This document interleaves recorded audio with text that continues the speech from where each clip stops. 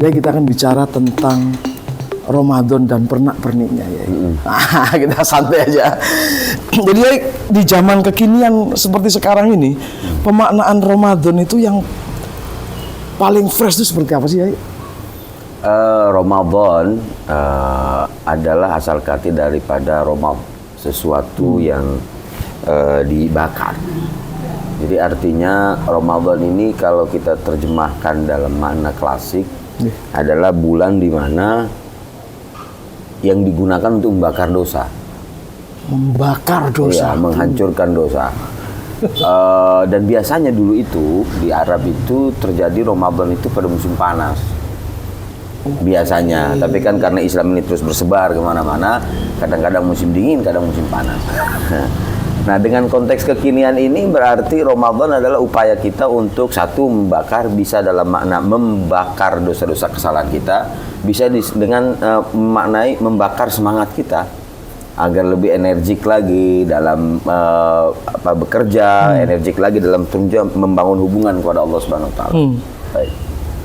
Itu mungkin dari makna kekinian. Maka ketika bulan Ramadan bukan justru malah dia harus mengurangi jam kerja, bukan berarti dia harus bermalas-malasan di rumah, tapi justru membakar semangatnya. Padahal faktanya kan memang lemes ya. Kita sejujurnya aja kalau puasa itu ya. Terus gimana itu? Yang kalau nggak lemes ya nggak puasa namanya. Gimana kalau misalnya puasa kalau ada orang nggak lemes ya kan? Nggak bisa, karena puasa itu adalah langsung diketahui oleh Allah Subhanahu Wa Taala. Semua ibadah itu kata Allah Subhanahu Wa Taala itu ada ganjaran yang tetap. Misalnya orang sholat akan mendapat ganjaran ini. Tapi kata Allah Subhanahu Wa Taala, as-saumuli wa anajibi. Puasa itu untuk aku.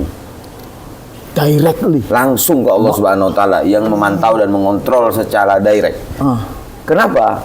Karena orang kan nggak bisa, Pak, bohong-bohongan. Berangkat kerja nih, berangkat kerja, belaga-laga lapar, ikut sahur di rumah. Nah, sampai tempat kerjaan itu motornya kok nikung terus ke kiri kan? Kan di rumah di banyak yang itu orang jadi kuntilanak ya kan, badannya ada, kakinya nggak ada. Nah itu ya, kakinya gantung karena ketutup.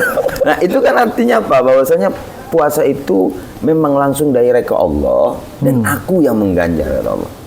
Karena nggak bisa tipu-tipu di tengah jalan. Dia bisa mungkin menipu orang lain tentang dia tidak puasa. Dia bisa menipu orang lain berlaga-laga seperti puasa. Tapi pada hakikatnya dirinya tahu dan Allah Subhanahu Wa Taala pasti tahu dia itu sedang berpuasa. Karena tadi siang dia habis makan siang sama temennya. Sampai rumah tanya sama istrinya, gimana mas puasa? Aduh lemes banget. Padahal dia habis buka tadi siang. Nah itu kan makanya langsung direct ke Allah. Karena Allah berkata as-saumuli, puasa itu untuk aku. Ada yang bilang begini ya kalau zaman dulu sih puasa mungkin enak karena cobaannya itu, godaannya itu sedikit. Nah sekarang kanan ketemu warung, kiri ketemu es kelapa muda misalnya begitu. Gitu gimana? Setiap masa ada cobaan yang berbeda-beda. Setiap waktu ada budaya yang berkembang. Kalau dibilang zaman sekarang itu godaannya lebih berat, justru beratan dulu. Dulu para sahabat bersama Nabi Muhammad berperang dalam posisi puasa. Perang dalam posisi puasa. Dan perangnya Nabi Muhammad itu bukan dengan senjata tajam seperti senapan, AK-47 dan segala macamnya. Tapi mereka dengan membawa pedang. Yang sekarang kalau seandainya bapak-bapak pemirsa, bapak juga, kalau kita lihat pedangnya dulu Nabi Muhammad SAW itu bagaimana berat besarnya.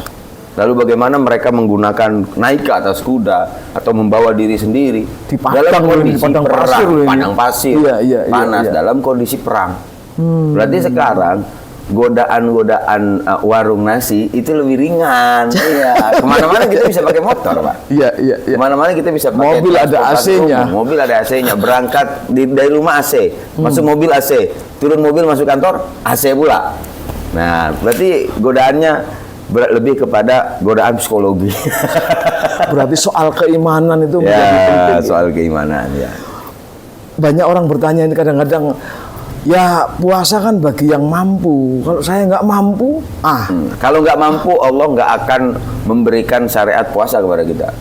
Karena kita balikkan kepada ayat yang di akhir surat Al-Baqarah, bahwasanya Allah tidak akan memberikan cobaan, memberikan tanggungan kepada satu orang kecuali dia mampu.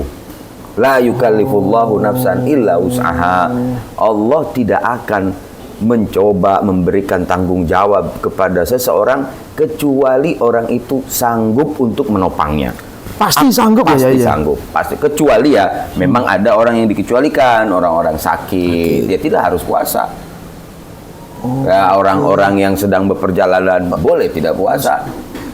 Orang-orang yang sedang haid malah haram puasa. Nah, jadi puasa kembali ini lagi ke aturan dasarnya itu ya. Ya. Beberapa orang itu menilai bahwa puasa ini kan menahan hawa nafsu. Nah, yang menarik ini implementasi di zaman ini ya. Nafsunya ini kan ya bukan hanya makan minum ya. Nafsu media sosial, terus kayak gitu. Nafsu komentar. Nafsu komentar. Nafsu menyebarkan berita-berita yang nggak benar, itu kan nafsu juga. Itu terus gimana itu cara puasa itu? Ukuran-ukurannya dulu. Iya, pada hakikatnya puasa itu adalah ketika kita 1 tahun, dari sisi lain kita bisa memahami, 1 tahun kita bisa makan, 1 tahun kita bisa minum semau kita bisa makan apapun yang dihidangkan kita bisa santap. Tapi puasa adalah ada momentum yang penting adalah bagaimana kita menempa diri kita. Menempa ya? Dalam rangka mengolah hawa nafsu. Es kelapa itu halal. Halal nggak? Halal. Habis maghrib. Iya kan? Iya kan? Es teh manis itu halal.